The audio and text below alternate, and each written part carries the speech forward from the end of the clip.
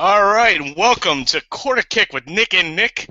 I'm your host, Nick Prokop, with my esteemed gentleman co-host from the West Coast. I am Nick Reyes. I am coming to you live from California. Yeah, beautiful Los Angeles. Don't rub it in. I'm in Ohio. I'm frozen. It's cold outside. I see snow from the window I'm at right now. What's But we're gonna snow? go. Yeah, you're funny. So we're gonna break down soccer for everyone that doesn't know. That's what we're gonna be talking about. Going forward, we will be talking a lot more all-encompassing with Europe and obviously Premier League, Bundesliga, La Liga, Champions League. But it's opening weekend for MLS, so we want to really break down MLS for everybody. We are Americans. It is our league, so we'll do that for you. And Before I'm we too get into depressed to that, rant about Everton. and well, eventually we'll talk about Everton and my, Oh, my wonderful team struggling in third place. Um, boo-hoo. whatever. But before we get in our breakdown of the year, we almost didn't have a year due Yeah, to yeah. CBA negotiations. For those that don't know, on Wednesday they signed the new MLS CBA. 28 and 8 is the free agency threshold. What do you think about that, Reyes? I think it's a step forward, but they really do need to move towards a more open market, more embracing free agency. I mean, I'm not entirely on board with making it like every World League where you have promotion and relegation right Mm, away. It's something very yeah. unique. I'm okay with playoffs. That's actually a very common structure in the Americas to have Well, a yeah. playoff system. And not But just. And for those that but don't understand, it's not just USA. Liga MX and yep, the Southern American teams also have a very strong playoff systems too. yep, Brazilian league has their state playoffs, and then the Argentinians have theirs, and so on and so forth. But yeah, and you know what? It might not be all encompassing yet, but it's a start. And yep. if you think about it, a month ago, one side was saying full on free agency, and the other side was saying no, you're not getting anything. So to have this compromise is just great so far as is. Some of the other things to note is it is a 5-year CBA, so in 5 years we'll be renegotiating all over again. But Yep. I don't know about you, but this is my view on the 5-year part of it, and this is why I feel like it was perfect for 5 years. 2017, we're bringing in LAFC to replace Look the at death, failed Chivas. yeah, the death of Chivas CD, all that wonderful stuff. Um, and we're also bringing in Atlanta in 2017. Yep. So that's two teams right there. And Garber has been saying that he wants to have two more lined up. Probably, I'm thinking 2019, something in there. Eh, Yeah, I could because see later. well, it Maybe could be, 2020, 2021. but we could be talking about two more teams by the next CBA on top of the two that will be added in. So Yep. we could be talking about 12 teams on each side of the league, so a full 24 by next CBA. So that's going to be a lot more players to be talking about with negotiations and money and everything else. A couple other things to note about this wonderful CBA so that we can actually play games. Um, the league minimum was a big thing for the young end of the league too.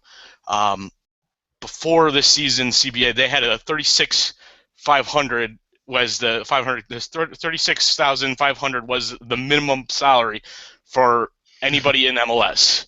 Which To me, gets you that's nothing in LA. yeah. That's a joke. Honestly, that's a joke. But the tagline was with moving up to 60,000 per year. Hey, now more players can have their own apartment, which is great. Some of them weren't even having cars; they were actually just carpooling to games and things like that Yeah. together. Um, Right. the only other touching point on this is the way they capped the money. So once you do get to that 28 and 8 threshold, Mm-hmm. um, if you're making under 100,000, it's a 25% increase that Yep. you're capped at. Between 100 and 200, it's a 20%, and over 200, it's a 15%. Which honestly, that makes sense because at those ranges, you're already making a lot of money in some of those higher ranges, anyways. Right. Yeah. Some of And the thoughts there from you was on some this? dissatisfaction as well with some of the other clubs. 7 teams in particular were named as being very dissatisfied. New York Red Bulls, New York City FC, Yep. Sporting Kansas City, Colorado Rapids, Real Salt Lake, FC Dallas, and Montreal. That's quite Well, the hodgepodge right there of clubs who weren't happy. I mean, you've got a couple big markets yeah. in there, a couple smaller markets.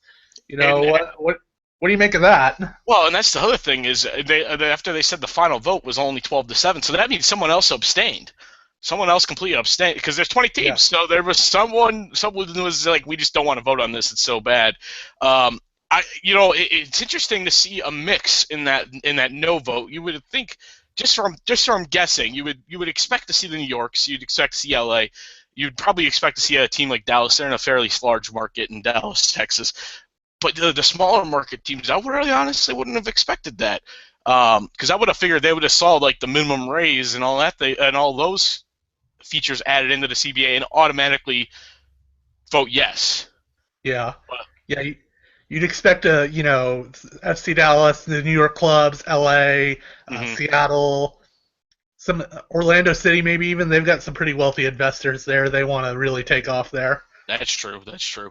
One other thing I wanted to note too is it seemed like it was with the owners especially. It didn't seem like a full on everyone's in agreement. It did seem like there were some of the newer folks were a little more interested in getting the deal done quicker, and some of the older owners, Clark Hunt, were more interested in keeping things status quo. What do you feel about that? Well, I mean, these new investors, a lot of them are more used to the world soccer market, and so maybe they wanted something structured a little bit more like what they wanted. You know, particularly Red Bull in New York City, they've got some big money behind them. They can really globally market their brand. They Correct. brought in some big name players, David Villa, Frank Lampard, Yeah. Kaká, all those guys. Yeah, So that's true. That's true. All right. Well, I think that's all I have to say on the CBA. Do you have anything else to add in? I think I'm good there. I got Okay. my bid in on the 7 teams that voted no. So All right. Well, as I mentioned, we're in the swing of things. We just started off MLS yesterday because for those that are listening, we are recording this the day after the LA Galaxy opened the season with a 2-0 win over the Chicago Fire.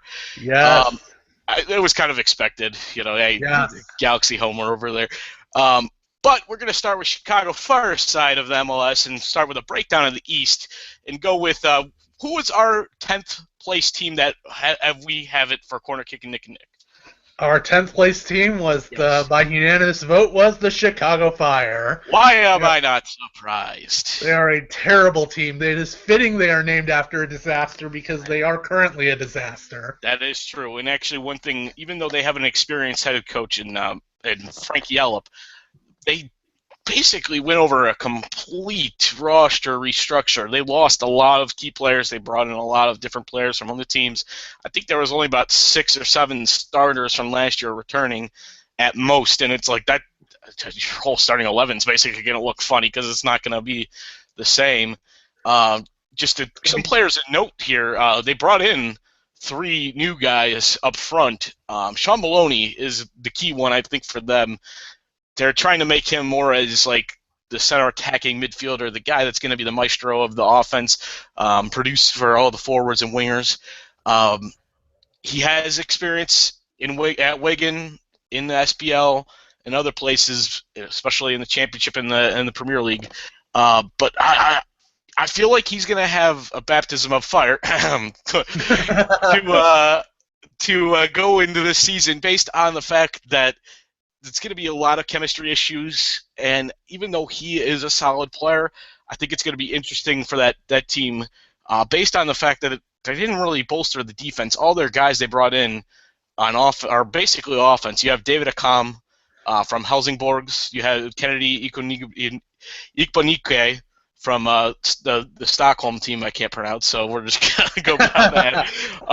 And then they bring back, obviously, Mike McGee at forward, Quincy Amiraqua at forward, and then Harry Shipp as kind of like a winger in a way.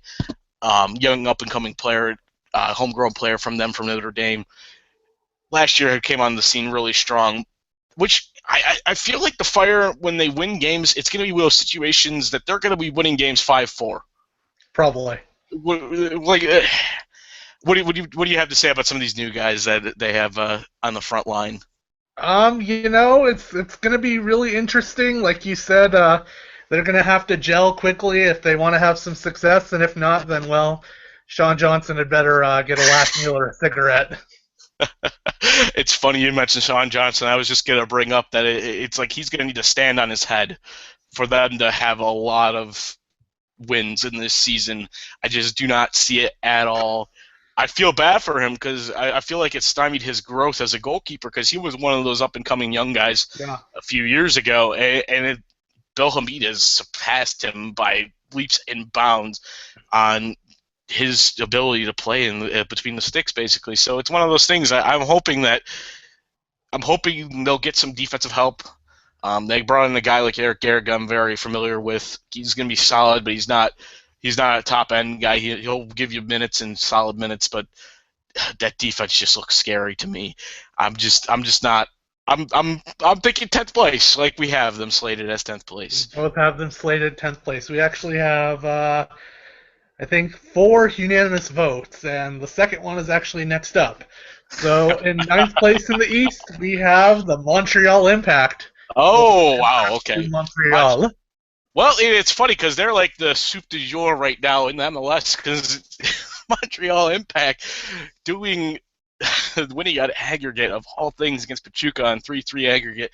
Those 2 away goals in Mexico really helped them seal the deal on this, and that nutmeg by Kevin Porter at the end was just great. But you know what? It's probably not going to go well for them in MLS this year. Evan Bush is starting to evolve into a solid goalkeeper, in my opinion. They added in Lawrence Simon from people that I don't know if you remember watching Gucci Onyewu at Standard Liège, but Simon was with him a lot. So much Belgian football. Oh yeah, so much Belgian football. He was partnering with Onyewu when he was there often. He's a solid guy in the back. He'll be a difference maker for the most part. Be interesting to see if they actually have a lot of defense this year because that seems to be the key to a lot of these teams at the bottom of the list. Just because they're very Swiss cheese on defense in the sense that there's not a lot of strong players. Anybody on defense that you see that besides Lawrence Simon that could even help them? Not really, no. They have Bakary Soumare from Chicago, but woof at that right there. Intriguing is going to be in the midfield because they're going to have Marco Donadel from Italy and Nigel Reo-Coker, who spent some time with Vancouver, spent some time with Chivas. Most people know him from his Aston Villa days. Yep. He's getting up there in age, so it's one of those situations you have 2 aging holding midfielders for the guy that's going to have to do a lot for Montreal, and Ignacio Piatti. 29-year-old Argentinian, used to play for San Lorenzo. He's the maestro, basically. And not having Marco Di Vaio up top is going to really hurt. Right. Forward-wise. Really dramatic drop-off from their successful first season. Well, it'll be intriguing to see because they made the trade last year with Philadelphia. With we'll talk about who they got on that side of the trade later on. But they got Jack McInerney from Philadelphia. At one point was a rising star in the U.S. game in the sense that he was getting call-ups to the U.S. team. And he got a couple of those, and then he just kind of fell off the face of the earth. Nothing really has amounted for him. So maybe Montreal will be the place where he finally gets it together. Yeah. The other guy they brought in, which is very intriguing to me from seeing him firsthand for a couple of years, is Dominic Oduro. Since 2010, he's had a decent amount of goals.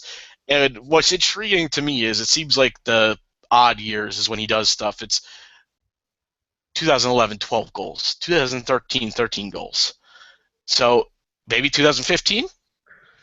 Maybe 15 goals? Yeah, I'm hoping. Maybe for him because that's the only way Montreal will get out of the doldrums of that. You have anything more on Montreal? No. Yeah, really. I think I pretty much covered that. Who do we have next? Next on our aggregate list. So this is where it starts to get interesting, but we both.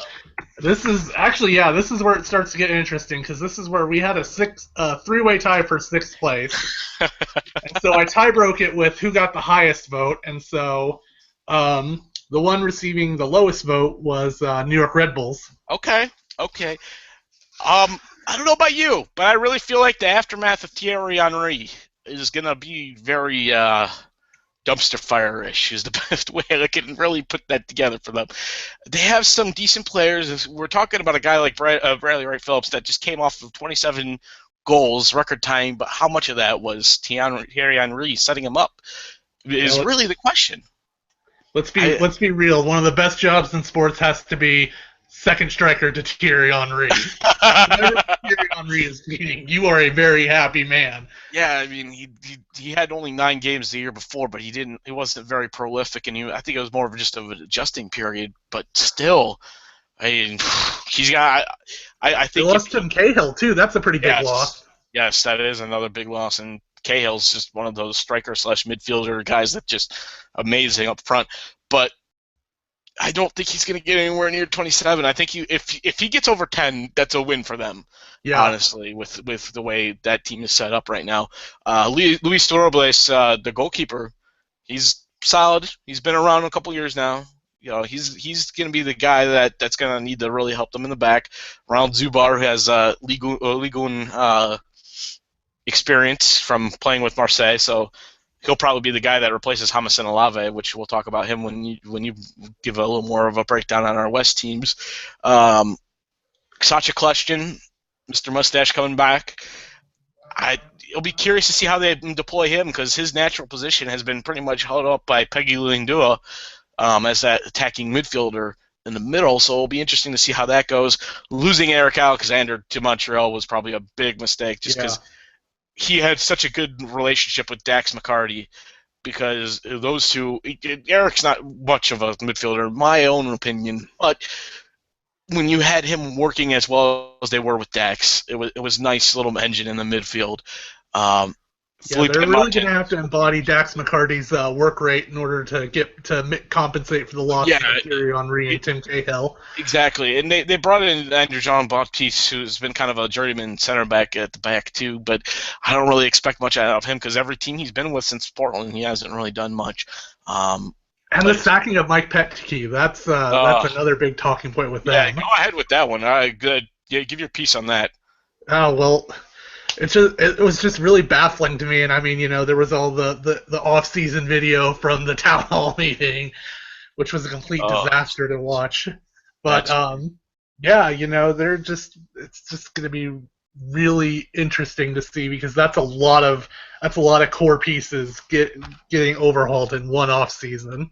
Yeah, and like I said, the defense, even though James Olave's on the end of his career, like, you're putting him in a guy like Armando that really wasn't that strong.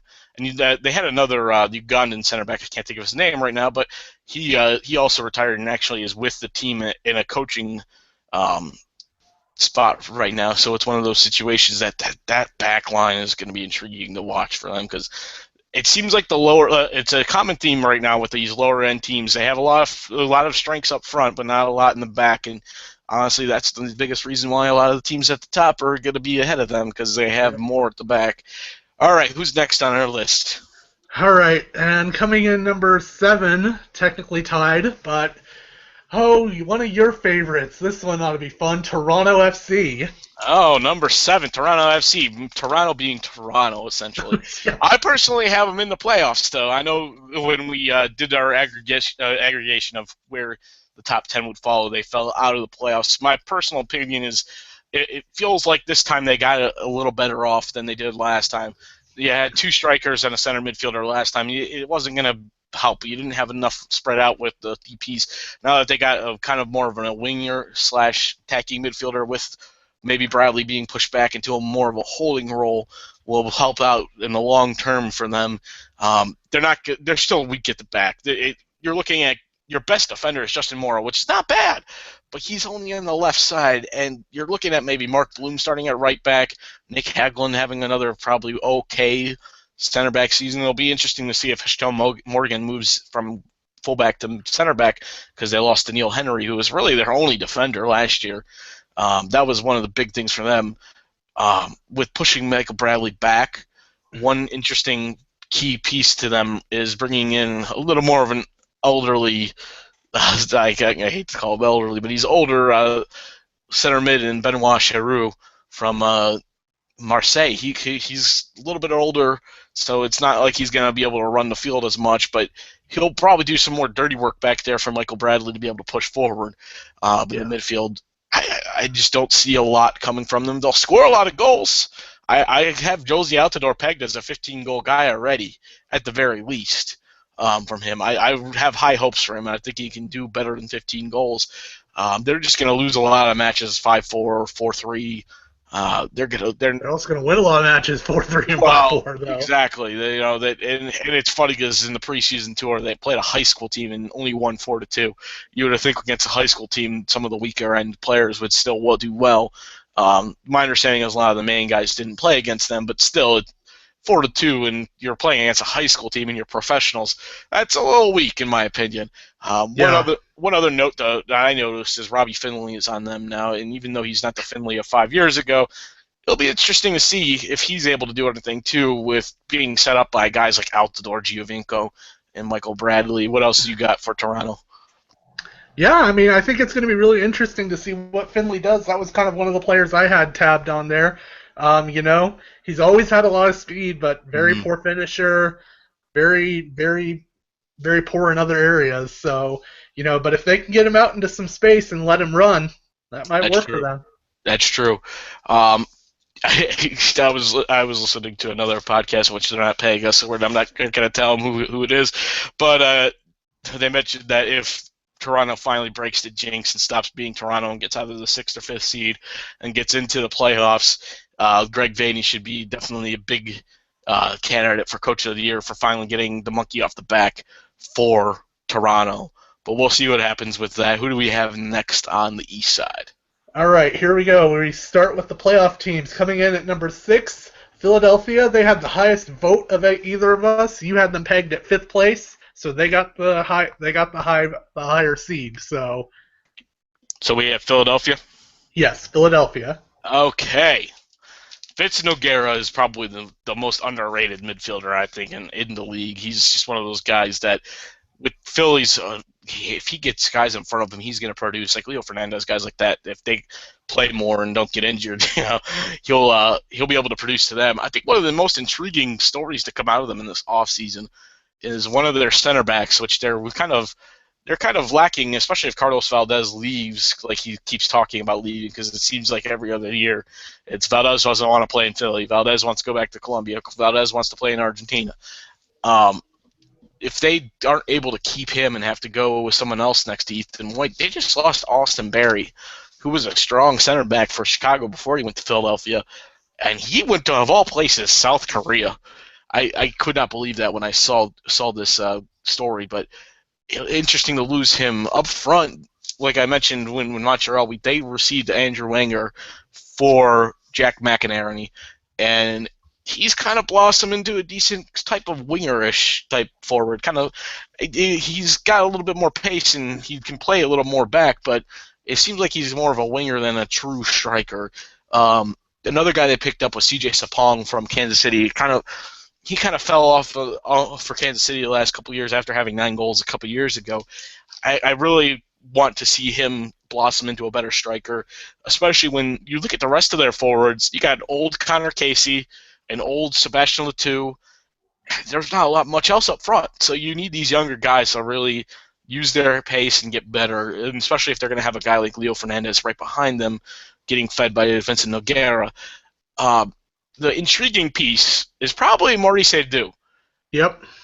I don't know how you feel about him, but where do you think he'll play? You think he'll play in the center mid or center back? I could see him at either. I mean, the Phillies a little bit more solid at the back, and I think that's why you had them pegged a little bit higher than the rest of the team. I see him solid on the wing on the back, not so much in the center back, though. That's one of the reasons why I'm thinking Maurice Edu might be a solid pickup next to Ethan White in the center back position, and kind of have Nogueira drawn back as more of a sweeper more than a holding midfielder, and kind of have him produce to Fernandez and the wingers. And also the guys that I'm thinking, if they stay healthy, is Sean Williams and Raymond Gaddis. That to me is one of the best pairings of fullbacks in the league right now. There's so much speed between the two of them, and they both have a few years under their belt now. They sent Zach McMath to Colorado, which we'll get down to Colorado when you get your breakdown of them. So Rice and Bully, they're their Algerian goalkeeper that was, hey, he did well even against Germany in the knockout rounds. He did very well to keep that Algerian back strong. So I'm hoping that maybe now that he's been in the league for a few months, now that he's going to get a full season, that he can hopefully stay strong for Philadelphia and pretty much stop anybody from doing anything against them. Anybody else for Philadelphia that really catches your eye, or anything else that you want to add on? I think you really summed it up. You know the East much better than I do. Yeah, that's true. I definitely follow that's why the we're West breaking more it closely. down. That's why we're breaking it down this way. I'm the East guy, you're the West guy. You'll obviously talk more during the West. The other thing I want to say is Curtin is an interesting manager, former player, guy that I have a lot of respect for because he seems to be drawn through the mud by Philadelphia and just stays strong basically through all that, because it was basically a situation when he became manager. It was, do they, don't they, are they going to do it? And it was quiet for a good 2 months till they finally announced it. So good luck to him, especially in Philadelphia. But who we have next on the East side? Up next are one of the new boys, New York City FC. All right, New York City FC. Well, obviously, everyone knows them because of Manchester City and New York Yankees, and because they're going to be seeing another team down in Orlando and fill the bowl tomorrow. Intriguing for them. A lot of they have obviously DPs that are probably some of the best players in the league, in the sense of David Villa, Mix Disco if and when they get Frank Lampard. Oh, that's a huge joke. They also have one of the best coaches in the league, in Jason Kreis. That is true, Jason Kreis. And one of the things that he did bring, even though they don't have they have more of a weaker back, in my opinion, they did bring in Ned Gribavoy and Chris Wingert from his former team, and actually a guy that I want to get into here, a guy that's probably going to be more of a center of attacking mid kind of player, maybe a little bit of a winger, is Sebastian Velasquez. I think he's going to be a very good addition for them because everyone's going to be keying on David Villa and Mix, and Velasquez will probably just fly down the pitch and just basically open up things for those guys to move around. He's definitely a guy to watch for them, especially. There's really not much at the back, honestly. We'll see what happens, but the only guy that I really see is George John, who had an interesting career with Dallas. Mainly, the only thing I see with him is injury history. So if he stays healthy and can play a lot of matches for them, they'll be good in the back. They brought in a guy you're familiar with, Josh Saunders. Oh, yeah. Goalkeeper. They got a couple other guys, so they're probably Saunders is more of I don't think he's going to play. They got Robert Mira from the New York team, so we'll see. I think Robert's going to get the keys at the back there as goalkeeper, but we'll see what happens with them. Patrick Mullins, another forward that was a rookie last year for New England, expendable with some of the things that we'll talk about with New England. He'll be a difference maker. Guy in the midfield to watch out for. He only played 6 matches for Chivas last year, but he definitely seems to be an engine type of midfielder, is Thomas McNamara. Definitely a guy to take a look at, especially if he's going to play right next to Mix until Lampard or someone else gets there. The only other note I have is Adam Nemec. He's a little bit older. He's 32, but he's a Slovakian striker, and if he gets service, he might be able to take care of some goals if David Villa is getting all the attention. So that'll be a guy to watch out, too, for New York City FC. Anything else you got to add in besides Jason Kreis being the greatest American manager of all time? No, he's not the greatest American manager of all time. We'll get to him later. I knew that would set up for you. All right, if you have nothing else about New York City FC, we can just move on to the next team. So up next, I think we're starting to get into the real contenders here. Up next in 4th was Orlando. All right. FC. The other new boy here, another new team. At the back, it'll be interesting to see who starts. I think it's going to be Tally Hall, but they do have Donovan Ricketts, long-serving Galaxy, Timber, all those guys. He's a solid Jamaican goalkeeper. He's obviously way on the wrong side of 30, but he's a solid. He's a great shot stopper. Always been a great shot stopper. That is true. I figure you would like the pickup of Ricketts for them too. So I really think Tally Hall though will be the guy if he's healthy. That's a big if, because Derek was playing a lot for for Houston last year with Tally Hall out. The back line, it'll be interesting to see exactly what happens. There's been some talk of moving Breck Shea out of the midfield and making him a left back. That'll be intriguing of a thing for him because he's never really been much of a defensive guy. He's a bit lanky to be a fullback. Yeah. You don't normally see very tall fullbacks. I mean, just thinking world football, Branislav Ivanovic is the only one I can really think of. Yeah, and honestly, for me, the left back position, especially, I get having a guy that can is fast and go forward, but in comparison, a guy like DeMarcus Beasley, even when he was a winger, you could kind of see his defensive ability. He still had a solid. He wasn't great, but he was solid at defense even when he was a winger. Where Shea, I just never saw it as a winger. It seemed like whenever the ball went past him, he was kind of like, whatever, I'm done. Some other guys to note in the back. Obviously, I think, honestly, besides bringing in Kaká as a DP, this guy is probably the biggest pickup for them is Aurélien Collin at center back. Even though he's a little older, he was a stalwart next to Beasler in that KC championship team, and he's going to be a big piece for them in the back, I think. We'll see how that goes throughout the season. But it sounds like former Philadelphia center back is going to be moved up into the center mid position in Mube Kogu. So it'll be interesting if they sign Sean St. Ledger, an Irish center back that's had some time in the championship. He's not a big time name or anything like that, but he's played for the Irish national team here and there. He's a little bit older now. He's, I think, just turning 30.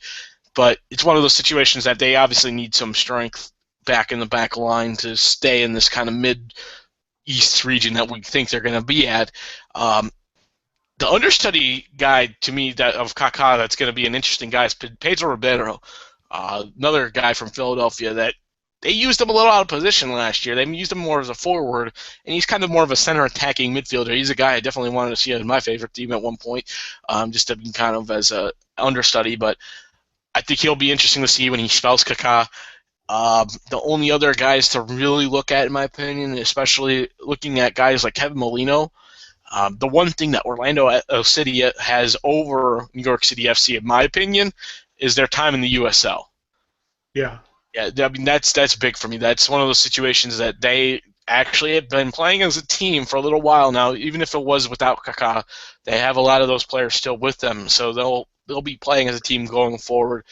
What else you got for Orlando City FC? I think they're one of the real wild cards this year in MLS. I mean, they've got, like you said, they've got that foundation, but now they're going to integrate some of that higher level talent, and it's going to be interesting to see how they do that and how well they will do. They're going to have a ton of fan support as well. They're probably they filled the Bull for their first home match. They're probably going to have Seattle-like levels of support. How many tickets did they sell out? I think they sold over 60, I think, for their first one. Yeah, it sounded like 60,000 plus about 2,000 more of standing room only that they were trying to create stands for. That'll be intriguing. Another note for them, from me at least, is manager Adrian Heath is an intriguing gentleman. If you get a chance to listen to him and just take in what he says about the game, he's definitely an intriguing manager and could easily be one of those guys that's up for manager of the year at the end of the year. But that's about all for Orlando City. Who do we have next? Up next, all right, here's where we get into so we had a tie here at second, and being who you are, you of course broke the tie. And so in third place is DC United. Well, and kind of go into the reason why I broke the tie, because that's one of those situations too. It's like you look at they have some decent players. They have a lot of aging veterans too. The biggest issue I have is for the first couple months is how they're going to play, because it looks like they're going to have to use midfielder Luis Silva as more of a striker, based on Fabian Espindola's injured. Eddie Johnson hasn't been even training for a couple months. He's going to, I believe he's having surgery. The back looks decent for the most part, as long as they don't use Andrew Dykstra, which you saw if you watch CONCACAF Champions League. Bill Hamid, up-and-coming goalkeeper. There's not much else you could say about him than otherwise being solid, great guy. Eventually, I don't think DC is going to have him much longer, because I think he's going to need to cut his teeth somewhere else. I really would like to see him going to a Premier League team or somewhere else just to get some more be that next American keeper that gets a chance, like Brad Guzan did when he left Chivas. Steven Birnbaum, that's another guy we got to really keep an eye on because he's already getting looks from Jurgen, and he's probably going to be on that Olympic team for that U23 team that plays in the Olympics next year. So, obviously, if you're watching DC matches, I would really take a look at Steven Birnbaum in the back. I think that's going to be key for them. Perry Kitchen in the midfield, obviously a boss midfielder in the sense that he's very Kyle Beckerman-ish, and he's going to kind of be the nitty-gritty defender / push the ball forward kind of guy. They have some decent wingers. Nick DeLeon's a guy that's scored goals for them in the past. See how he does in the future for them now with all these injuries, because that's a big key for me is all these injuries and how they're going to be able to withstand these first couple months. But they were strong last year. Obviously, they won the Supporter Shield. I think Ben Olsen's going to struggle a little earlier with this team, but I still think they're going to be a solid team. They still have some of the foundation they have. Sean Franklin and other guys in the back line that have been around for the league for a while. The one key player before I give it to you is Michael Farfan. He was with Philadelphia, and then before his cup of coffee in Liga MX, he's definitely a guy that could be a difference maker in the midfield. He's probably going to play more of a wing role for them. But he's one of those guys that if he breaks loose, he's going to fly down the pitch and probably score some goals or set up some nice goals too.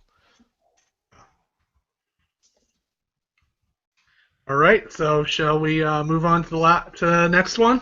You have anything else? You have a lot to say about this one. Well, obviously, I have next one. I'll have a lot to say, but nothing else for DC. I think I'm good there. I don't know. I think Ben Olsen. I think he's going to be just fine there. He had that kind of trial by fire, and he gutted it out through that horrible season 2 years ago. Last year had the Supporter Shield. Yep. I think they're going to be really top contender, and I think they're going to be motivated as well to get back on top of that star count. And one side note too about that is if people forget that the reason why they're in CONCACAF Champions League this year is in that horrible season they still won the U.S. Open Cup. Yeah. So anything can happen, anything can happen in MLS. That's the beauty of it. But let's move on to number 2. So number 2 on the list, of course, you're going to have a lot to say about them. Columbus Crew. I wonder why. Columbus Crew SC, Greg Berhalter, second year. He's been fantastic. Everyone kind of was thinking towards the bottom last year. Even Ives Galarcep, one of the more respected American writers that covers soccer, has even said they're probably somewhere between 7 and 10 last year before the season. And they just came out right off the bat, win off DC. A couple of weeks later, a good win against Seattle. And they just constantly were in games. He has a decent style. It's been interesting to watch because it seems like there's often times where they'll either give up 3 and win 4-3, or they'll be stout at the back like they did against LA Galaxy last year with a 4-1 win. But it'll be interesting to see what happens. They do have a lot of new additions this year, which is great because they did have a lot of depth issues last year. In the back, you're going to see Chris Kloot from Colorado Rapids. That was a draft day trade. Him and Waylon Francis at left back will be doing a lot of switching out. They'll probably have Waylon start because he's been here. But Chris Kloot will probably play between both. Chad Barson and Hernan Grana from Boca Juniors will play at right back. And even though Boca fans never really liked Grana, I think it was more because of the level of play at Argentina is so much higher right now in MLS, especially at a high-demanding club like Boca Juniors. If you're having one off day, your confidence is done, and I think that was the biggest issue for him is his confidence never really rebooted in any shape or form. So hopefully change of scenery coming up to the U.S. and playing for Columbus will help him. In the midfield, they also added Mohamed Saeed from Örebro in Sweden, which that was a very under-the-radar pickup because last year they had Kevon George as the only backup to Tony Chani and Will Trapp, who are both a really good center mid pairing there to feed the forward guys just because they're both strong. They're basically I hate to use this, but that as an example. But if you look at the Arsenal years where they were good, they had Patrick Vieira and Manuel Petit at the back, and they were both good at communicating which one was going forward and which one was staying back. And that's one of the things that a guy I used to rip in Chani has really developed a good relationship with Will Chapp in the sense that they're very good at balancing. The wing side, you're going to see a lot of new faces. Ethan Finley came off a really great year on the right wing. Left wing, Justin Meram had a solid season too, but you're seeing Kristen Seindorston added in. He'll probably start today against Houston because Meram has a one-match ban. He's been very fast. He's been called up to the Iceland national team too, so that's another good thing for them. Also to note, Cedric Mwati, Real Betis, young Congolese winger, will be on the team in July. So that if they have any depth issues by July, Mwati, who looks crazy fast. If you watch any Real Betis matches he's playing in, he just flies down the pitch.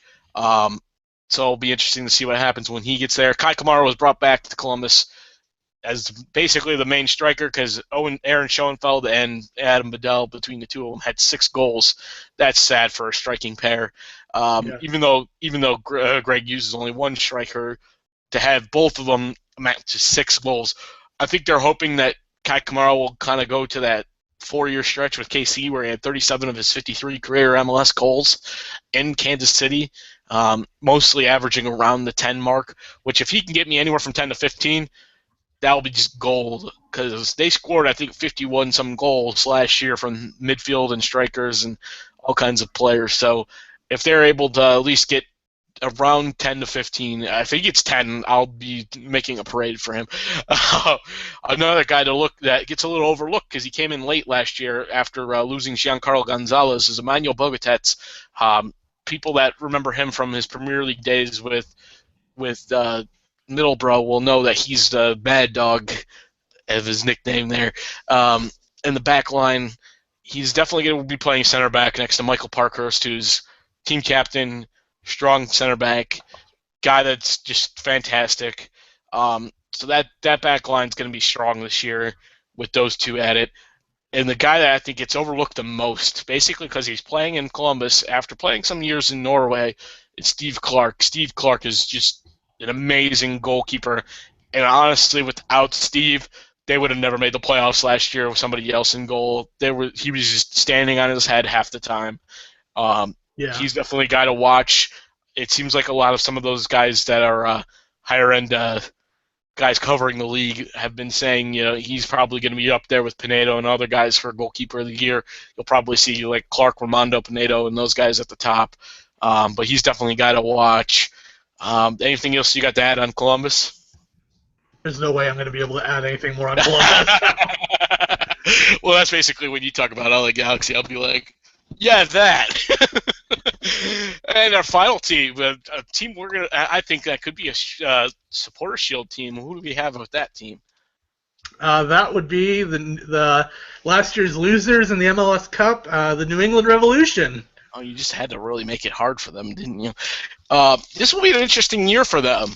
I still have qualms about goalkeeper Shuttleworth. I don't think he's a great MLS goalkeeper. I think he gets bailed out a lot. Their attack is just fantastic.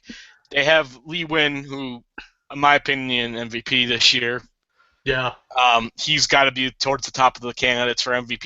He scored 18 goals alone last year for them. He's the guy that basically creates everything and scores everything for that offense. It'll be interesting to see, especially with Juan Agudelo being brought back after his failed attempt to play in England. The guy to really watch out for, from my opinion, is the young Uruguayan Diego Fagundes. If he can get back into his 2013 form, where he scored 13 goals, that'll be intriguing to me. Another guy that I have is Kellen Rowe, who's a nice young attacking player too, to see what happens with them. But if you have Win, Rowe, Fagundes, and Agudelo all on the pitch at the same time, not even talking Charlie Davies and Teal Bunbury that they have also at forward, if you have those guys up at the top, you better be scoring 2 to 3 goals a match, just because that's a lot of strength up top. Obviously, everyone knows about the famous Jermaine Jones decision last year about him going to New England. It'd be interesting to see what happens. I'm curious if he's going to stay as a defensive midfielder there, or if they're going to maybe push him back to the center back. It does sound like that they're going to try to make, if Kevin Alston stays healthy, it sounds like they're going to have him start at right back, and move Andrew Farrell, who's just a fantastic defender. It's interesting for me because he looks like he could be a guy that could be a future U.S. men's national team guy on the outside, unless, other guys that went off to Tottenham will be the guy there. But he's definitely a guy to watch out for, especially if he moves the center back and does very well for New England. He'll be a guy in the future to look at for the U.S. men's national team. So you got a decent pairing there with Jose Gonzalez and Andrew Farrell. Jay Heaps, that's another guy everyone manager-wise should be looking at, because he did a phenomenal job even before Jermaine Jones showed up last year. One thing that I want to point out with him especially is that since he's been there for so long, he really understands where everything goes with that team, and I think he's definitely going to be another guy that's up there for Coach of the Year. Out of the East, like I said earlier, I said with Greg Vanney, if he gets into the playoffs, he's got to be on that list too. I think there's three main guys on that list from the East, and that's got to be the top two that we have predicted with Heaps and Berhalter, and then Vanney if they get in. Those three guys are definitely guys to watch for with their teams on the East. But let's move it on over to the West now. And who do you have as the number 10 team? And give us your breakdown of them, Mr. West. So that was our third unanimous team. This will be the fourth and final unanimous team we had, and as far as placement goes, the San Jose Earthquakes. Ooh, break them down for us. What do we got? Well, it's all going to flow through Wando. I mean, really, Mr. Hat Tricks against Belize, Chris Wondolowski. Anybody? They signed a couple of other DPs. Do you have what their information up to and all that? Yeah, I have Innocent Magera. I think he's going to be another attacking player. He's going to pair alongside with Wando and Lenhart. Loss of Alan Gordon, though, that's another thing that they lost some of their identity there, and of course the jettisoning of Yallop last season. Well, they get Dominic Kinnear, though. They got Dominic Kinnear, even though he's older and he's not the same guy that he was a few years ago. I still think he's a solid manager, though. Yeah, but it's gonna. They're really young. They're really rebuilding, and they're really gonna struggle in the Western Conference. I mean, we made fun of how bad Chivas was over the past few years, but whew. Mm-hmm. And honestly, for me at least, to say my piece on San Jose, I look at them and it's the same thing we talked about the bottom teams in the East. The defense is not going to be strong, and they're going to have a lot up front, so they're going to need to win games 4-4. They're going to draw a lot of games 4-4, win games 5-4, 4-3. They have decent. We'll see what happens with Innocent, and we'll see what happens with Chris. One other thing I want to point out is last year they did struggle a lot because Clarence Goodson and Victor Bernardez at the back were mostly injured or had strugglings without each other. So if that pairing can stay healthy, maybe they can make a push for sixth. But the depth is just not there right now, and they also lost Sam Cronin from the midfield to Colorado. So it'll be interesting to see if Sam Cronin will actually be a guy that actually does anything for Colorado, but they lost him in the midfield, so it'll be interesting to see. Who do we have next? So in ninth place we have the Colorado Rapids. I set that up nicely with Sam Cronin. Go ahead. Yeah, you did, didn't you? Yeah. Colorado. So they're another kind of young rebuilding team. I think they have a lot more overall talent though as compared to San Jose. I think that's why we both picked them a little higher. Mm-hmm. Brought in some MLS veterans here: Michael Harrington, Zach McMath, like he said, Marcelo Sarvis. Yes. Coming in from LA Galaxy. That's a pretty big signing for them. I think he's going to shore up their central midfield really well. Go with it. They got some pretty good attacking players. That's true. They've got Gabriel Torres and Dylan Powers, who I think will be able to be set a little bit more free by Sarvis's addition. So they brought in McMath. Drew Moore is another guy that I think people will want to keep an eye on. They're attacking fullback. Well, he plays center back too, but center back, yes. Yeah, he's just kind of like their best defender, though. It feels to me when I watch the Colorado Rapids, it's Drew Moore and everybody else in the back line. There's really nobody else. They've already been talking about the young midfielder Marlon Hairston, even playing a little fullback, and it's like you look at a guy like him, and it's like he's so skinny and so small. Playing fullback or playing somewhere in the back? Are you kidding me? That guy's gonna get just destroyed by someone else, by Well, I'd some of the rather bigger him. wingers. So, I think you'd rather him at fullback than if they're putting him into the middle of the well, pitch. I think he'd get obviously not in the legitimately middle. mauled there. Definitely, yeah, he would easily get mauled there, but I don't see it. Dylan Cerna's got to watch for me is just to see his progression a little bit more because he looks like one of those young wingers that could be a solid addition to the national team eventually. Um, you know, is Shane O'Neill still there? Because if he's there, then that's another guy to watch to me. But I don't know about much of their He's still defense here, yeah. because it's like other than those guys, there's really nothing there, and it'll be interesting to see what happens in goal because they could go with Clinton Irwin, guy that's been there before, or Zach McMath, who I think is better. But how much better, we don't know really. Another guy you didn't mention that I wanted to bring up that if he gets his stuff together and is a consistent forward is Deshaun Brown, the Jamaican forward. If he can, it seems like a common theme for Jamaican forwards to come in the league and be very inadequate in the sense of consistency. They have the speed, they have the ability, they just never really consistently apply that ability. So if Deshaun can finally get it all together and maybe get to a 10-goal plateau, we'll see a little bit better. Dylan Powers, you mentioned, I think he's the team MVP, though. He's the guy that everything will go through. It'll be interesting to see how they do that, but he's definitely a guy to watch for in the future. I know he has dual passports, too, so it'll be interesting to see how much longer he has with Colorado. Anything else you got for Colorado? Well, getting back to what you were saying about Deshaun Brown, I mean, MLS is a league that really seems to reward athleticism and just raw athletic ability. So True. True. it's not a surprise to see guys who are just flat out fast come in and do really well. I mean, we were talking about earlier about Robbie Finley. Mm, How good was he for so long, and then he went off to Europe and nothing. yep, that's true. That's true. Um, I think that's all I got for Colorado. What else? Is there anything else before we go on? No, I do want to say that I do like Pablo Mastroianni. I hope he does succeed for them. It just doesn't seem like it, and he might end up getting canned at the end of this year. uh, yeah, it's just the West is just brutal as Yeah. it usually is. Ridiculous. Yeah. Yep. Okay, Mr. West, who's next? So up next, Vancouver Whitecaps. Kind of an interesting story. They've been in the playoffs the past couple of years, but have struggled to get out of that kind of weird play-in game. Um, so they're little they've got some interesting additions. They picked up Mauro Rosales out of from their arch rivals out of Seattle. Interesting. Yeah. That's interesting. Pedro Morales is going to be the linchpin, the guy who really makes everything go. They've got a lot of speed up front. They've got Darren Maddox, Eric Hurtado, Kikuta Morena. They're gonna need to get out in space and just score goals. Yeah.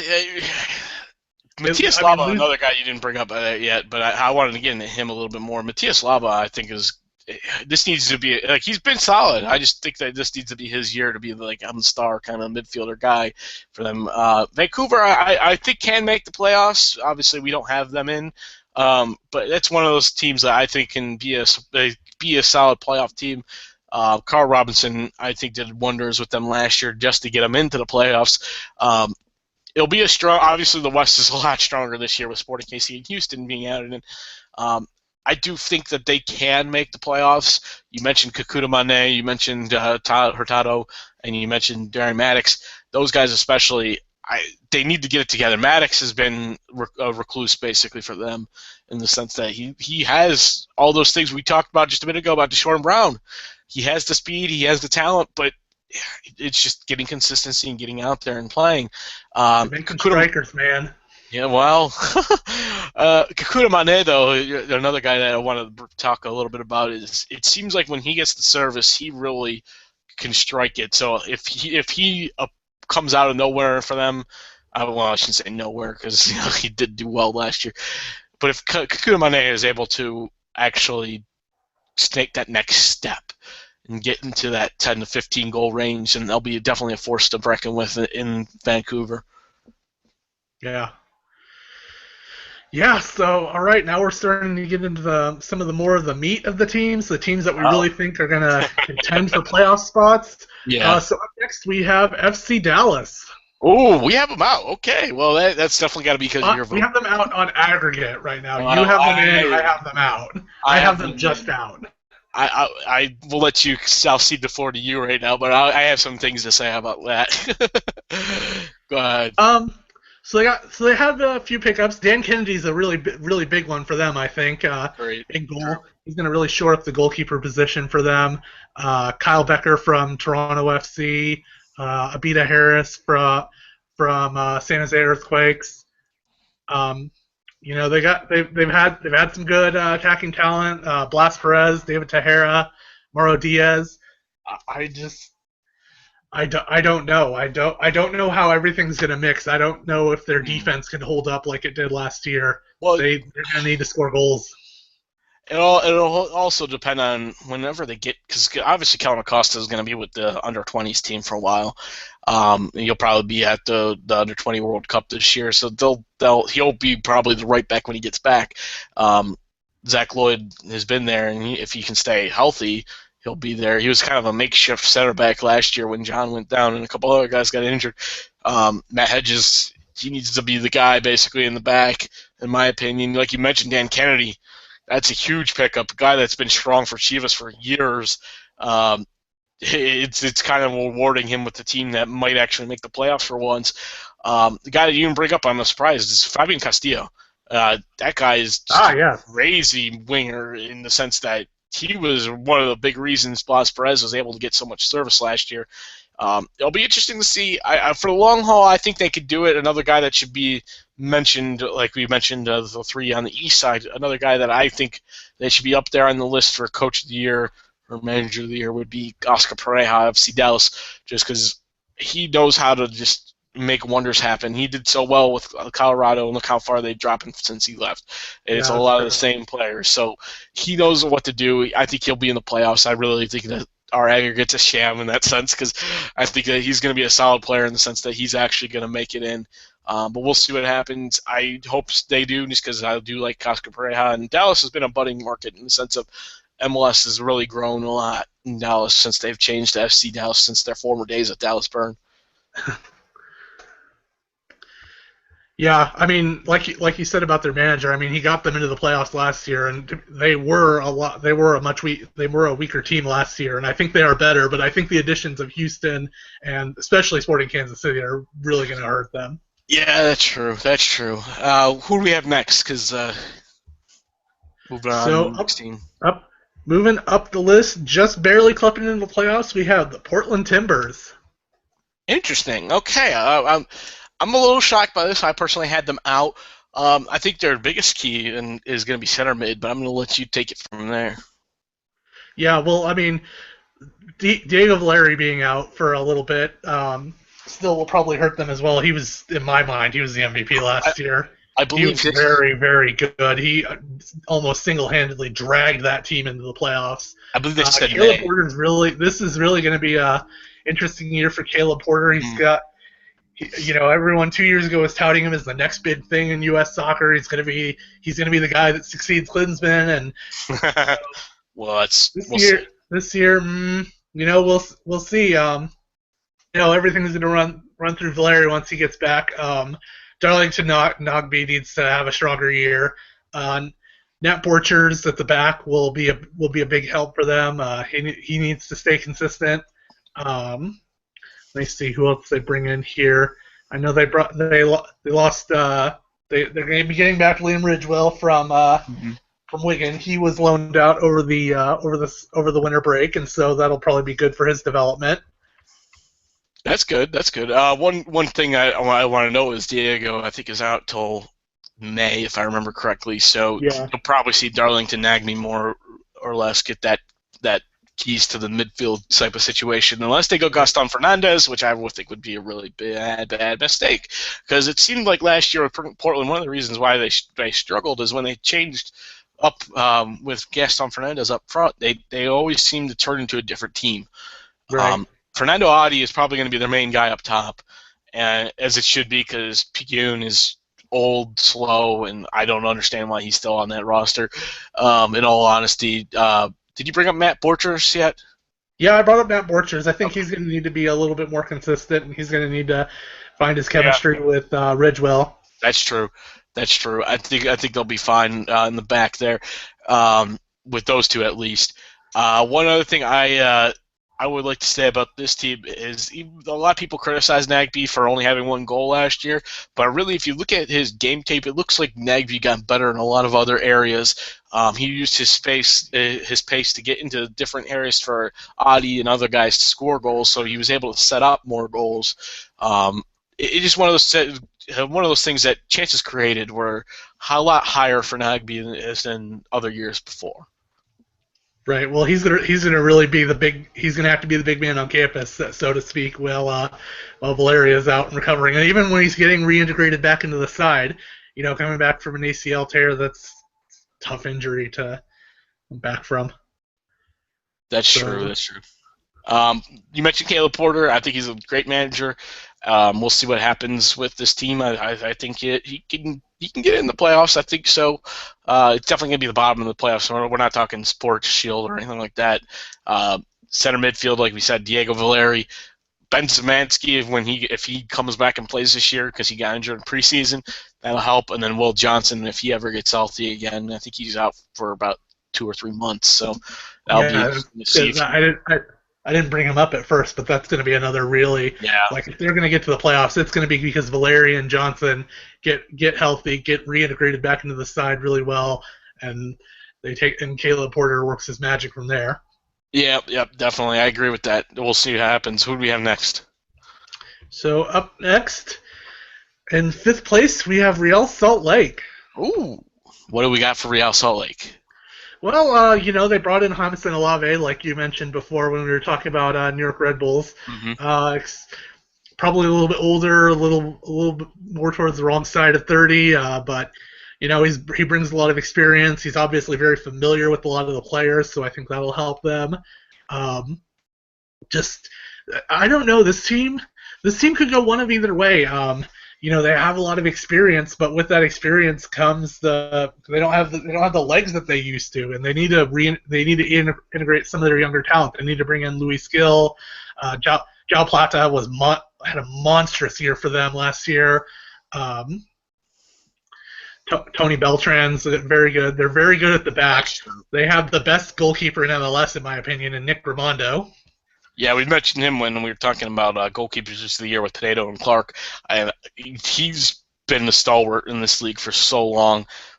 It's weird because he's so small, but he's able to be a monkey in the goal basically and jump for any the chances coming at him.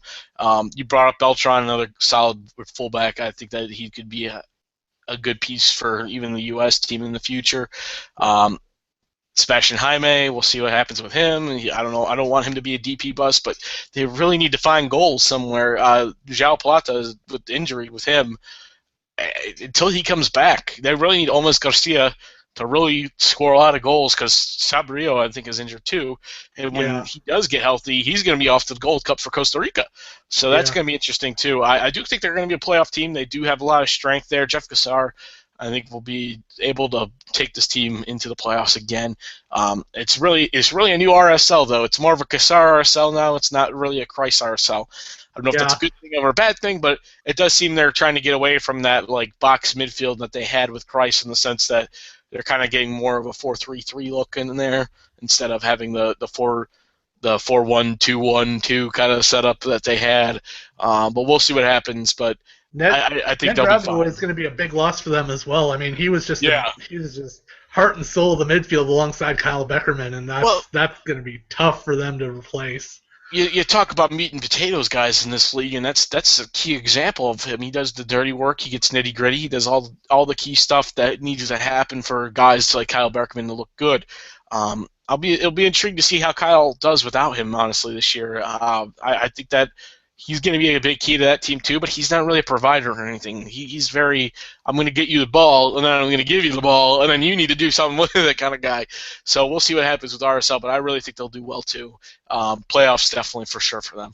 Yeah, they're much stronger at the back than than the other teams we talked about, and I think that's why even through the changes, I think we have them as pretty solidly in as a playoff team with Ramondo and Olave and Chris Schuler as well.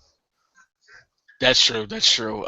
Chris Schuler, if he could stay healthy, could be a solid guy again too. Even though he's getting up in the higher 20s, he's definitely a guy that can be a solid defender in MLS if he's healthy. But it just seems now they're going to have a couple of guys that get injured back there, and we'll see if they can Hamilton and Schuler stay the whole year at the back pairing. Oh, I just realized an issue here. I was reading from my list. It's okay, whatever. We're fine. Keep going. Anyways, okay, so I probably should recap the aggregate list then. Okay, number 10, San Jose. Number 9, Colorado. Number 8, Yes. Vancouver. Number 7, Portland.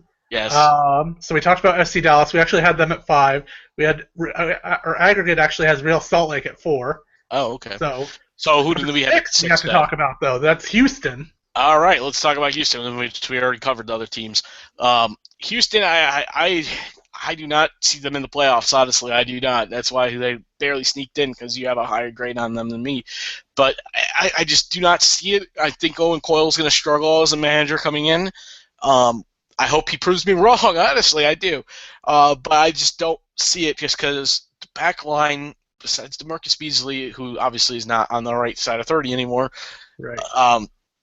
Besides him at left back, I have worries. I have a lot of worries back there. The midfield is strong. They do have a guy like Brad Davis that's been around the league for a long time now. That's a very strong guy in the midfield. They have some other good pieces there. Carter Clark, world-class footballer. Wow. But at least in MLS, he's a solid center mid, though. That's true. He's a very solid center mid, and he frees up Brad Davis to let him do his thing up front. They did buy Cubo Torres, though. That's going to be that's key. That showed some serious investment on their part, bringing in Torres and Beasley. Maybe a little scrappier lineup with guys like Will Bruin up front. Mm-hmm. I don't know. I can see them pushing for something. We'll see. Well, I think it's going to be whatever they do before Cubo Torres shows up in July. That's going to be the biggest key, because you're going to need to find goals from Will Bruin, who seems to always have like one really awesome game and then just falls off the face of the earth. So it's one of those situations that we're going to need to see more from Bruin. Giles Barnes, too. If they could both get over 10 goals, that's 20 goals right there. I just don't see the defense holding off enough. Dominic Kinnear was consistent with that defense when they were a strong team, or the team that would slide into the playoffs. Last year they went over 51 goals given up. They conceded 51 goals, so I just do not see it. If they make the playoffs, that'll be great for them. I just do not see it. Cubo Torres will probably, when he comes in, will probably be a strong striker. I don't see him in the 10-goal range. It's only be playing half the season. But if he's able to get anywhere from like 5 to 7 goals, they'll probably be at least maybe where you're saying with the nipping at the 6th place heels kind of thing. Yeah. All right, so going off the aggregate, we have number 5, FC Dallas, number 4, Real Salt Lake. We talked about them. Number 3, we had Seattle Sounders. Okay, number 3. Wow. I think this is going to shock a lot of people, because even I didn't pick them as the winner of the West. One of the things that I want to point out before you break them down, it always seems that MLS Cup winner is not the Supporter Shield or the top player, the top one from the conference all the time. It happens once in a while, but that's one note before you break them down. Yeah. So I still think they're one of the MLS Cup contenders. They're very solid, top to bottom. You really can't start talking about Seattle until you start talking about Clint Dempsey and Obafemi Martins up front. That is just an unfair striker advantage that they have up top right away. Yeah. And so working off that, you throw in some really solid talent in the back. You have Stephen Fry in goal, Chad Marshall, maybe one of the best defenders in MLS. I might give a slight edge to Gonçalves over at New England, but he's really strong. Mm-hmm. Brad Evans, really experienced MLS guy, can play in midfield, can play at the back. Ozzie Alonso, just their complete engine, the Mm-hmm. guy who makes everything run, who keeps everything. There's so much of a difference when he was injured against the Galaxy versus the last two matches of the MLS regular season in which he was healthy. It was so obvious the difference between those two series. That's true. That's true. One thing I want to point out too, on top of that, is Pineda was the guy that ran the most in the league, so that means he was doing a lot of cleanup in the back with Alonso. Yeah. Alonso's injured too, I believe, for a few months, so it'll be interesting how it Yeah. goes without him. One thing I want to mention is Brad Evans is actually going to play center back. He's played more of a right back type of position, but it seems like they're going to try to start off Evans next to Marshall. So I'll be curious to see how that happens, especially because that's going to be better than basically whatever they can find other than Zach Scott, because Zach Scott is, besides Columbus's Tyson Wall, I think those two are up there as the worst defenders in the league.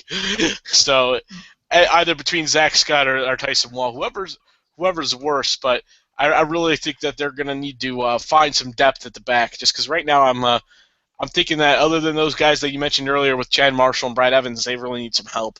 It's going to be interesting to see how they go. But Stephen Fry's going to have to clean up a bit. yeah, They just got so much attacking talent up front that it's just stupefying their advantage there. underrated former Cal Berkeley goalkeeper right there, Stephen Fry. I think that's going to be interesting for him too. I really want him to do well. But yeah, I think Seattle will be in the thick of things. I don't think they're going to win the West based on that defense. It really does. That's the main thing for me. I don't see that. I have them at 3 on my own chart, just because I think that the defense is going to give up way too many goals, and you'll see a better team that's more of a team scenario in the sense that you have a stronger back line winning that. But that doesn't mean they're not going to win MLS Cup, and that's one thing I wanted to point out before you started there. It's basically because I think they're going to focus more on just getting into the playoffs this year and getting into the MLS Cup. I don't know if that. I like you said, Obafemi Martins, Dempsey up top, that's great.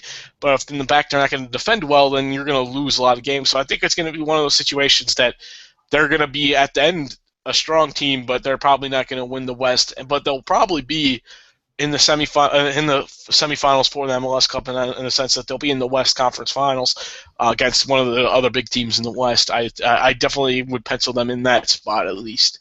Yeah, I had them pegged at second. I mean, I can see that. I can see them going either way. I mean, I still think even with their defensive frailties, I don't want to say frailties, but you know. Well, they're not frailties. It's just depth. It's depth. Yeah. And if you have a guy like Zach Scott as your first option, that's a bad depth situation. Yeah. But I mean, I still have them as one of the better teams in the West, even with all those problems at depth. That's true. You know they're going to care about U.S. Open Cup, so we know that. No, that's when Zach Scott will shine for them. All right, who do we have next? At number 2, we have my beloved Los Angeles Galaxy. Oh, I'll just let you take it from here because that's your boys. Yeah, well, you know, everyone knows about the big loss, which is of course Landon Donovan, still one of the finest players in MLS, even when he retired. You know, not too many other key losses. The other big loss we talked about, Marcelo Sarvis going to Colorado Rapids. But you know, there's going to be some transitioning without Landon Donovan there. Still a lot of very good attacking talent.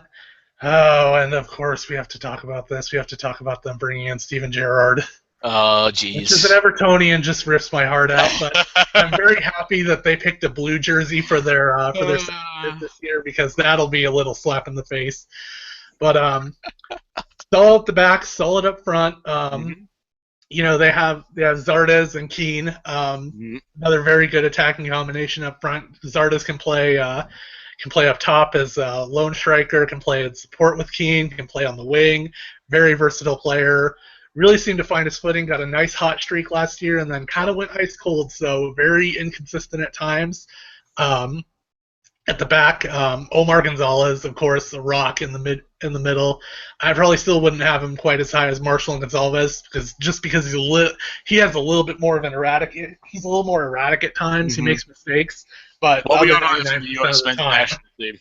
We know that from the U.S. men's national team about his mistake. But as always, a big presence back there. AJ De La Garza, who's been his partner there since forever at Yep. Maryland and coming up through the LA Galaxy. He plays at right back and at center back as well. So, of course, he's going to be a very versatile player. Tommy Myers, a young guy to look for. He's been starting to get some matches, and hopefully he takes some more away from Leonardo because unless we're playing Chicago Fire, I really don't trust Leonardo back there. Some good midfielding options. Baggio Husidic, Dan Gargan, Steven Ishizaki out wide. Jose Villarreal had a really nice game yesterday. Sorry, not last year. Well, last year he got some experience in Liga MX though, which was kind of nice for him in the sense that he's 21 and he's up and coming, and he got a chance to play in another league. So. It's funny you bring him up because he's the guy I pencil in. It's kind of like I don't want to say a replacement of Donovan because you can't replace him, but it's one of those situations that he's the guy that's basically going to take over that spot, at least for the most part, I think. And he has pace. He's got a solid combination of pace and finishing, so it's one of those situations that if he can really take that winger position off the and they don't have to move Zardes to the outside. They can keep him in the middle with Keane. So it'll be a scenario with him. I really like Juninho. He's one of my favorite midfielders in the league. He's definitely one of those guys that he's more, I would say, box to box in the sense that he can be an engine type. He can be a guy that sets up goals. He can score himself. So it's one of those situations that, for me, he's just up there as one of the best midfielders in the league. And as we mentioned earlier with Raimondo and Clark, Pinedo, amazing. That I cannot believe he was not brought in the MLS sooner. Panamanian goalkeeper, he's just so good and agile. And it's one of those things for me. It's like watching him. He's what other goalkeepers should be watching to do. Yeah, I mean, I just remember that series last year against Real Salt Lake in the away leg, and LA was really struggling, and he just threw up a brick wall and just kept us in it, kept it at 1-1 for the tie, and just allowed us to just do our thing in the home leg. Yep, that's true. Another name that I didn't bring up, Robbie Rogers. He's a guy who I'm really kind of disappointed didn't get a look in January. I hope he gets a look in March. I think he's really emerged as a really good left back. I mean, I kind of question why he wasn't moved back there sooner. Juninho, who you just brought up, he's a lot of people talk about the Donovans, the Beckhams, the Keanes. Juninho has been one of those guys who's been through everything and has kind of laid the foundation and allows those creative types to really flourish. So let's see. And, of course, we have the greatest American manager of all time. Sorry. In Bruce Arena. Undeniably. Yeah, whatever. No, and another point, I think I wanted to expound on your Robbie Rogers point real quick. From a U.S. perspective, it would be good for him to get a call up too, because they're very weak at the left side right now. It's like you're looking at maybe Greg Garza from Tijuana as the only main guy at left back, because they've been trying to use Timothy Chandler at left back, but it's just really awkward because he's a right back by trade, and even though he's decent enough, he's not. To me, I would not want to go into a major game with Timothy Chandler starting at left back. Yeah, I just see him as too much of a right-sided guy, honestly. But yeah, Robbie might get a chance to finally show a little bit at the left side. Let's wrap up our predictions and go with the very last team in the West. So the very last team, the team on aggregate that we have as being the strongest in the West, is Sporting Kansas City, the New Boys. Yeah, from the West side. Go ahead and break them down for us. So they're going from east to west. You talked about how they lost to Aurelia Collins. I think that's going to be a Aurelia Collins. Sorry, my French is a little rusty. Sapong. Sapong had kind of fallen out of favor there, though, so that might not be as big a loss to them as it is a gain for the Philadelphia Union. That sounds good. They're gonna be very motivated after a very disappointing finish. I mean, they were on cruise control last year. They looked like they were, solid MLS Cup contenders right around July, and then they just fell off the face of the map. And you talk about a veteran-led squad like them. They are not going to let that happen again. I think they are going to come out with a purpose, like they have something to prove. Really solid at the back. Starts with Matt Beasler. building from there into a pretty solid attack, and with Graham Zusi, Benny Failhaber, Dom Dwyer, recently married Dom Dwyer, of course. Yeah, Sidney LaRue. Oh, lucky guy. Go ahead. Yeah, well, that'll motivate him to score, right? I hope. One note I wanted to make is Nemeth, the Hungarian striker they brought in, should be interesting, especially with Dom Dwyer already being the main guy. In Vermees' system, they usually only use one striker. To me, Claudio Bieler was never good enough to be that main DP striker in the top front. Nemeth, though, I think has enough experience from other leagues, especially Bundesliga, to actually do it. I really would like to see Dwyer actually play his trade a little bit on the outside as a wing, maybe, on this setup for Vermees, so that he can maybe score a little bit from the outside, so there'll be two threats in the sense of having Dom Dwyer as like a right winger and having Nemeth up top. We'll see what happens with that. One thing I'm curious about is it doesn't seem like they really have I mean, they have a lot of guys in the midfield, but it's like, to me, I'm wondering who will be like the maestro guy in the sense. You have a couple guys that can play it, but it'll be interesting to see if they do sign Rafael van der Vaart to be that kind of like center midfielding maestro to set up the forwards on this offense. In the back, they still look pretty strong for the most part. I'm wondering, goalkeeper-wise, what will actually happen here. They have Forsberg and all those other guys, but we'll see what happens. I don't see them being a long-term option at goalkeeper. Honestly, I feel like they really missed Jimmy Nielsen. The back line, Beasler. There's not much else to say about Beasler because everyone knows he's a really solid guy. Graham Zusi on the wing. Obviously, those are two big players for them. Honestly. Yeah. The nice thing about Zusi, too, is that especially if they put Dwyer on the right wing, is Zusi can, even though he's naturally a right winger, he can move out to the left wing and play on that side, too. They're honestly, I mentioned earlier about Philadelphia's fullback pairing, but honestly, to me, Kansas City's fullback pairing is probably the best in the league in the sense of Stefanovic at left back and right back is Chance Myers, and that's probably the best fullback situation that any team can have. Right, and I mean they have some good bit part players in Ike Opara, Paulo Nagamura, Roger Espinoza, who can really bring a lot to the squad. That's true. Not necessarily. They don't have as big a names as say Seattle or LA, but I think they're a little bit more solid. They're a little bit more. They're a little bit better structured than they are. They can be those two can both be a little more loosey at times, especially Seattle. That's true. I think Sporting KC. I personally, I don't think they'll be first. I had LA at top. I'm sure that you're probably trying not to be a homer, and that's why we have them as aggregate number one. I'm curious to see what happens with the Eric Palmer Brown situation. Honestly, if Juventus finally buys him or not. Young up and coming kid, but I believe they only have 2 more years left on a contract, and if they can't renegotiate, he'll be a free. And I don't see them just letting him walk. I think they'll probably finally cash in and see what happens, because I don't think he's going to be a major player this year or next year. So it's one of those situations you might as well cash in when you can. Yeah. I just don't. I don't see him being a key piece. I would like him to be, but I'm not Peter Vermees, so we'll see what happens. Anything else you got to say on Sporting KC? I think that's pretty much it. Yeah.